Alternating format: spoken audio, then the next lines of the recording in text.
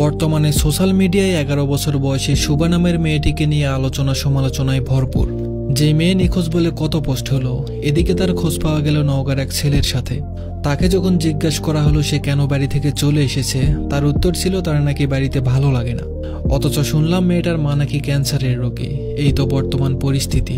এরপর কোনো মেয়ে বা ছেলে যদি সত্যিই নিখোঁজ হয়, আর কি কেউ খুঁজতে যাবে? সবার ধারণা একটাই হবে, হয়তো কারোর সাথে চলে গিয়েছে। যে সন্তান তার মাকে কিংবা বাবাকে হাসপাতালে রেখে অন্যদের হাত ধরে পালিয়ে যেতে পারে, মা বাবার জন্য ব্যথিত হয় না, মা বাবার সুস্থতার জন্য অস্থির হয়ে ওঠে না, সুস্থতার জন্য প্রার্থনায় মগ্ন হয় না, তাহলে বুঝতে হবে সেখানে মা বাবারও দায় রয়েছে, সুশিক্ষার ঘাটতি রয়েছে। তাকে হয়তো হযরত বায়েজিদ বোস্তামীর জীবনী বা ঘটনা শোনানো হয়নি বা জানানো হয়নি যে বায়েজিদ বোস্তামীর মা ঘুমের ঘরে পানি খেতে চেয়েছিলেন বলে সারা রাত মায়ের জন্য পানির গ্লাস হাতে দাঁড়িয়েছিলেন মায়ের শিওরে। মাকে ডেকে পর্যন্ত দেননি যাতে মায়ের ঘুম নষ্ট না হয়। দাঁড়িয়েছিলেন যাতে মমতাময়ী মা পানি খেতে যাওয়ার সাথে সাথে পানি দিতে পারেন। শুভা মেয়েটি যে ঘটনা ঘটিয়েছে তার দায়ভার আমাদের সকলের, কারণ আমরা আমাদের সন্তানদের সুশিক্ষায় শিক্ষিত করতে পারি না।